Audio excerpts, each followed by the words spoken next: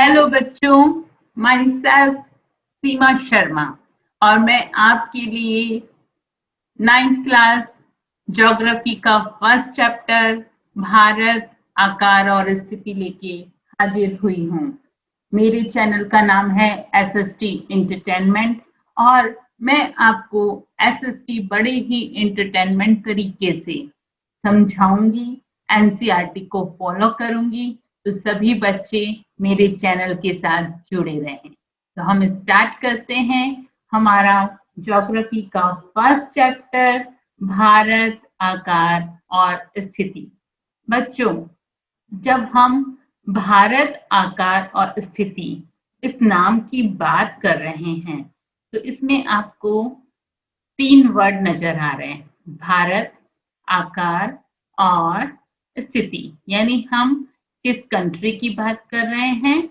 जी हाँ, हमारे देश भारत की हम बात कर रहे हैं। उसकी आकार की हम जानकारी लेंगे कि उसका क्या आकार है और वो पूरे वर्ल्ड में यानी अर्थ में कहाँ पे स्थित है, उसका जो अक्षांश और देशांतर की स्थिति क्या है, उसके बारे में हम बात करेंगे।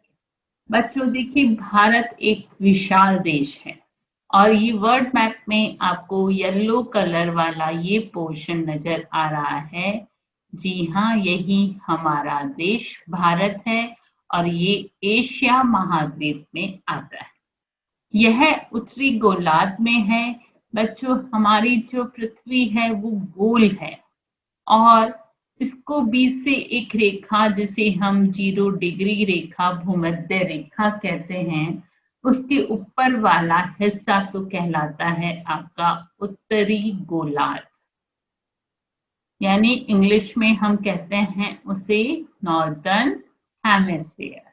और नीचे जो 0 डिग्री से दक्षिण वाला हिस्सा है वो कहलाता है दक्षिणी गोलार्ध। अब भारत की स्थिति कहाँ पर है? तो आपको पता होगा कि भारत हमारा यहाँ कहीं स्थित है, यानी भारत कौन से गोलार्ध में स्थित है? उत्तरी गोलार्ध में स्थित है। इसका मुख्य भाग 8 डिग्री उत्तर से 37 डिग्री 6 उत्तरी अक्षांश और 68 डिग्री 7 मिनट पूर्व से 97 डिग्री 25 मिनट्स पूर्वी देशांतर है। इसको मैं भारत के मैप से आपको क्लियर कर देती हूँ।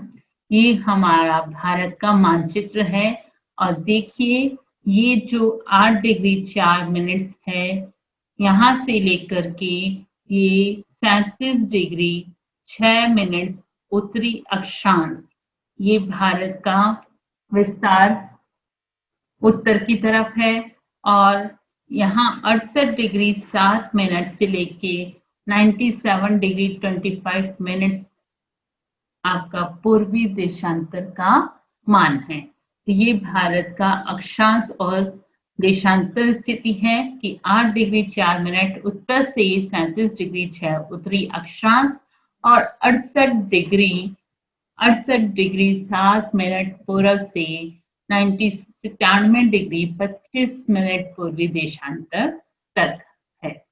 कर्क रेखा यानी कि ट्रॉपिक ऑफ कैंसर, जिसका मान है 23 डिग्री 30 मिनट, ये भारत के बीचों बीच से गुजरती है। कर्क रेखा, ट्रॉपिक ऑफ कैंसर, ये आपको कर्क रेखा नजर आ रही है जहां पे मेरा ये रेड पेन आपका जा रहा है। इस कर्क रेखा का मान है 23 डिग्री 30 मिनट्स और ये भारत के बीचों बीच से गुजरती है। इसका मतलब भारत का जो आधा भाग कर्क रेखा के उत्तर में है और आधा भाग कर्क रेखा के दक्षिण में स्थित है। क्लियर? ये हमारे भारत की स्थिति है और मुख्य भूभाग के दक्षिण पूर्व में अंडमान निकोबार द्वीप समूह बंगाल की खाड़ी में और दक्षिण पश्चिम में लक्षद्वीप समूह अरब सागर में स्थित है। तो ये देखिए कि भारत के ये अंडमान निकोबार द्वीप समूह है।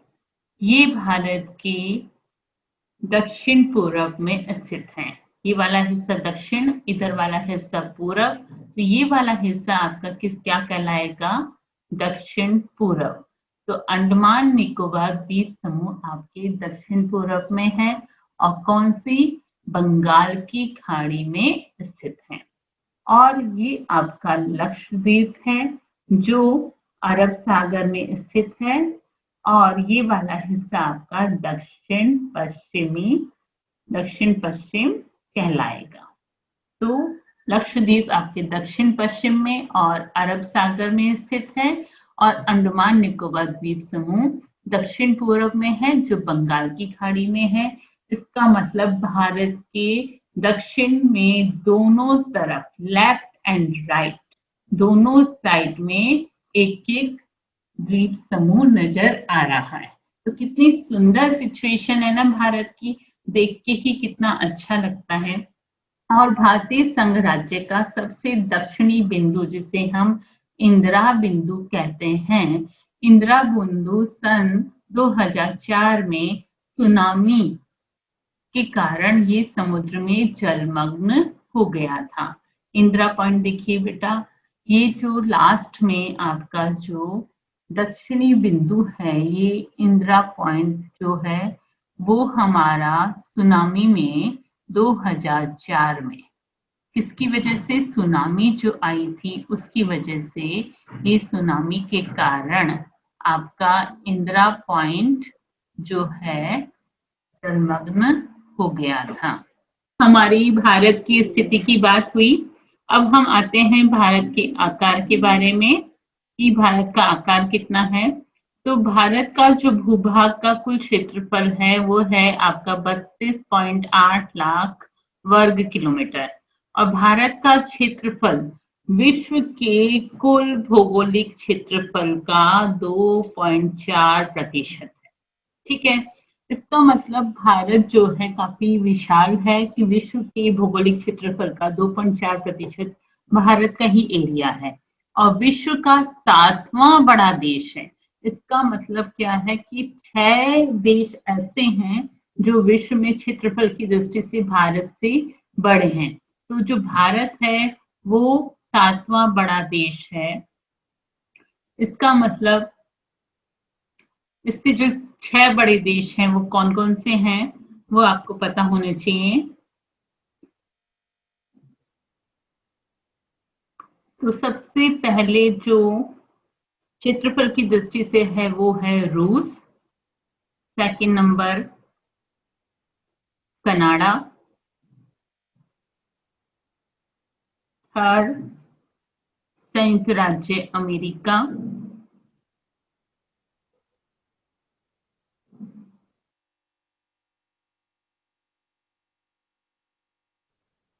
फोर्थ नंबर पर है चीन,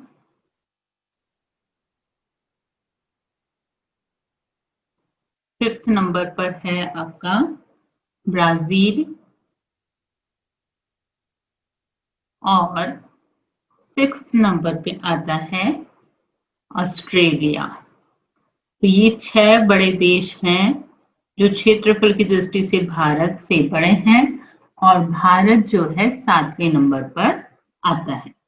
भारत की स्थल सीमा लगभग 15,200 किलोमीटर और समुद्री तट रेखा अंडमान और निकोबार द्वीप समूह तथा लक्षद्वीप समूह के साथ 7,516.6 किलोमीटर है। यानी हम केवल स्थलीय सीमा को देखें तो वो 15,200 किलोमीटर है और समुद्र तट रेखा अंडमान निकोबार द्वीप समूह और लक्षद्वीप समूह के साथ देखें तो 7,516.6 किलोमीटर और है। तो भारत के उत्तर पश्चिम, उत्तर तथा पूर्वी सीमा पर नवीनतम वलित पर्वत है।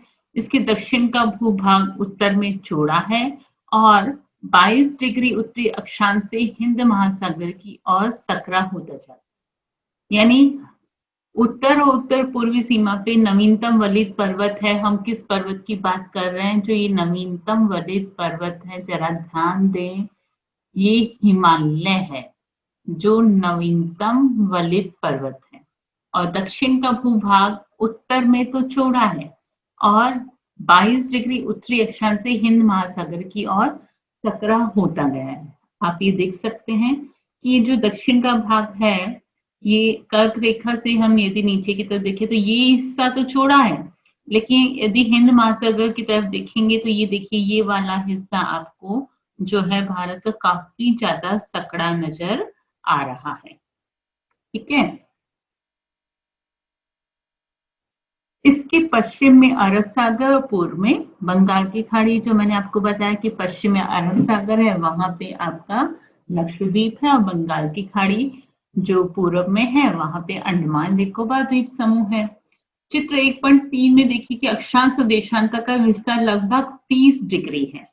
अक्षांश और देशांतर का विस्तार यदि हम ये देखें, यानी हम यदि आप जो यहाँ पे 68 डिग्री 7 मिनट और 97 डिग्री 25 मिनट्स का डिफरेंस हम निकाल लें, यानी करीब 97 डिग्री 25 मिनट्स माइनस करें हम 68 डिग्री 7 मिनट से, तो करीब करीब कितना आता है?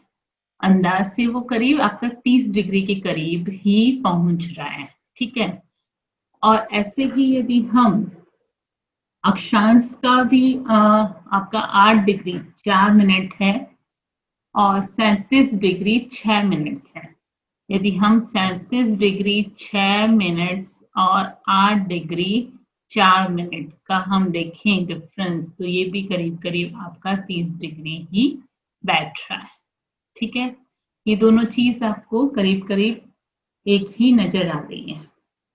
तो आप ये देखेंगे कि अक्षांश और देशांतर का विस्तार लगभग 30 डिग्री है, परंतु फिर भी पूर्व पश्चिम का विस्तार उत्तर दक्षिण की विस्तार की अपेक्षा हमें कम प्रतीत होता है।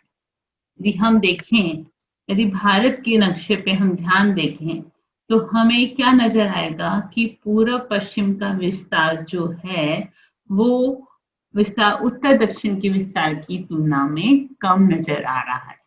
गुजरात से अरुणाचल प्रदेश के स्थानीय समय में 2 घंटे का अंतर है, यानी 82.5 डिग्री पूर्वी देशांतर को इसलिए हमने मानक यामोत्तर माना है, जो कि उत्तर प्रदेश में मिर्जापुर से गुजरती है। अक्षांश का प्रभाव दक्षिण से उत्तर की ओर दिन और रात की अवधि पर पड़ता है। बच्चों ये देखिए, गुजरात से अरुणाचल प्रदेश के स्थानीय समय में 2 घंटे का अंतर है। तो आप ये देखिए, क्योंकि यहाँ पर आपका अरुणाचल प्रदेश है और यहाँ आपका गुजरात है, और इसमें अंतर कितना है आपका 30 डिग्री का। ठीक है, और 1 डिग्री पे 4 मिनट का फर्क पड़ता है। 1 डिग्री पर 4 मिनट का फर्क पड़ता है, तो 30 डिग्री पे आपका कितना फर्क पड़ेगा? 120 मिनट। 120 मिनट का मतलब हो गया है आपका सीधा सीधा 2 घंटे। यानी कि अरुणाचल प्रदेश और आपके गुजरात, यहाँ के यदि टाइम में हम डिफरेंस देखें तो 2 घंटे का सीधा सीधा अंतर आपको नजर आएगा। क्योंकि सपोज करो यहाँ से कोई प्लेन है जो आपके अरुणाचल प्रदेश में उड़ रहा है और वो सीधा कहाँ जा रहा है? आपके गुजरात में पहुंच रहा है, और इस प्लेन को गुजरात में पहुंचने में सपोज करो 2 घंटे लगते हैं।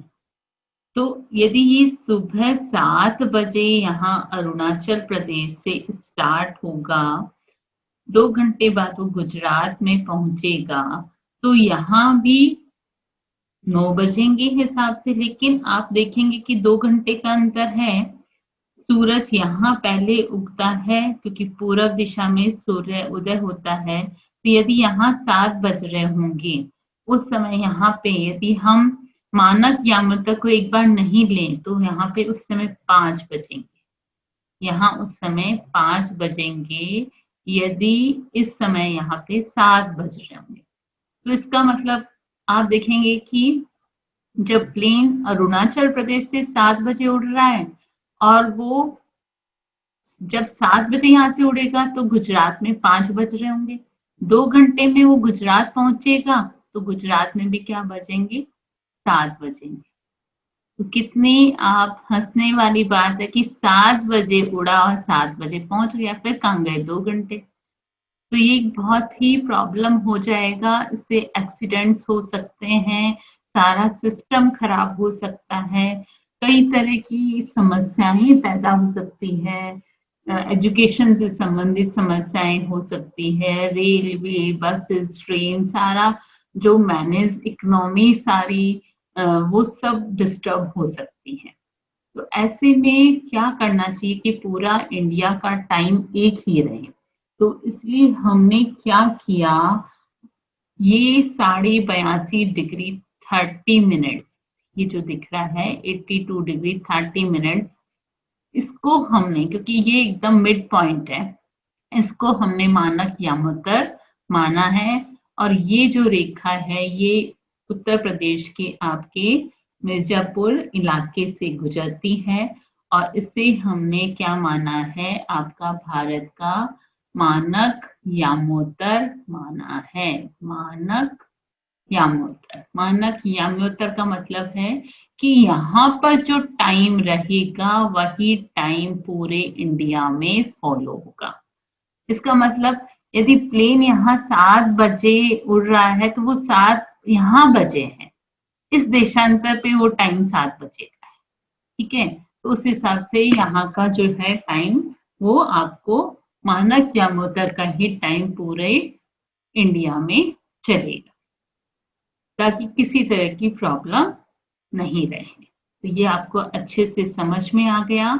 नेक्स्ट पार्ट लेके मैं फिर आपको, जिसमें हम भारत विश्व के बारे में बताएंगे, और ये जो समझाया है इससे रिलेटेड जो क्वेश्चन आपको बनता है वो मैं आपको एक्सप्लेन कर देती हूँ।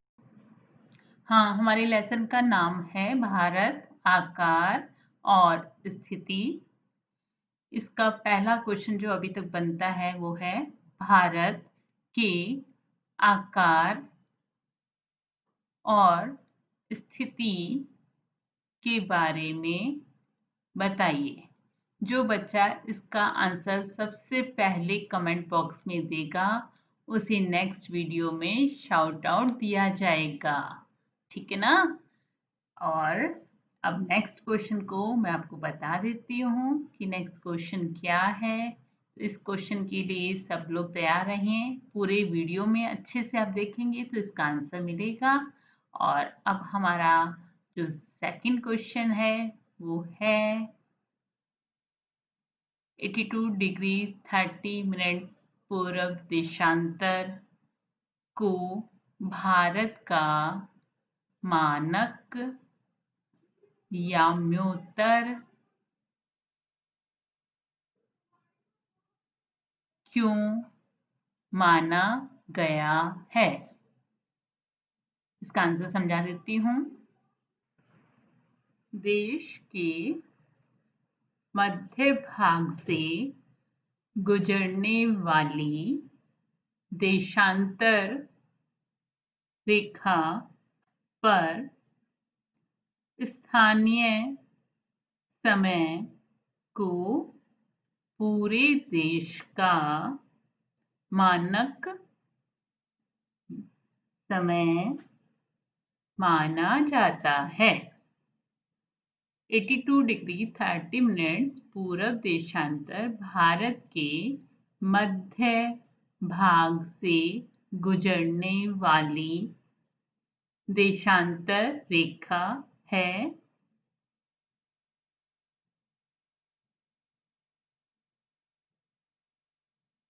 जो इलाहाबाद के नैनी के समीप से गुजरती है। इसे उत्तर प्रदेश का मिर्जापुर भी कहा जा सकता है बच्चों, और नैनी भी कहा जा सकता है क्योंकि वो इलाहाबाद के पास है नैनी। और दुर्घटना से बचने के लिए देश की राजनीतिक, आर्थिक, सामाजिक व्यवस्था अच्छी तरह से चले, देश की एकता व अखंडता के लिए एक ही मानक समय उचित है। क्लियर?